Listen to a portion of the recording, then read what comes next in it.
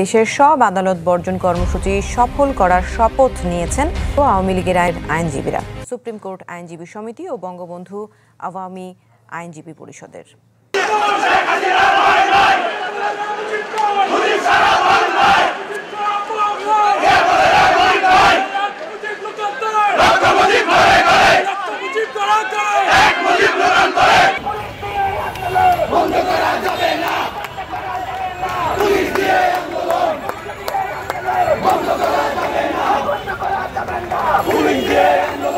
বন্ধুগণ, আমরা যে আদালত বর্জন আইনজীবী আজকে রাজপথে নেমেছে, কাজে আসুন আমরা আইনজীবীদের বিবেককে জাগ্রত করে আমরা আদালত বর্জন সফল করি। এবার বাধ্য হয়ে দেশব্যাপী আদালত বর্জন করে আওয়ামী লীগপন্থী আইনজীবীদের কালো পতাকা মিছিল। পুলিশ বাধা দিলে বিক্ষুব্ধ আইনজীবীরা স্লোগান দেন, ফিসিবাদ বন্ধ করো, বিচার বিভাগ রক্ষা করো।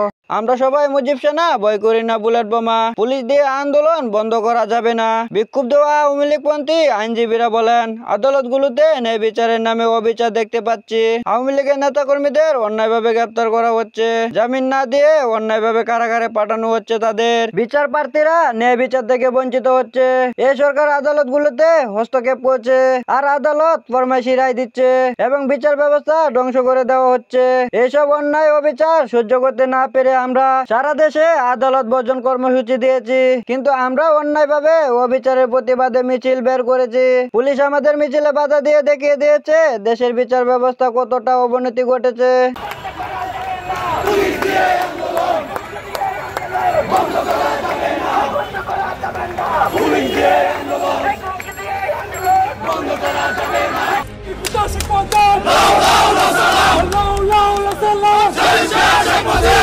Signal boy,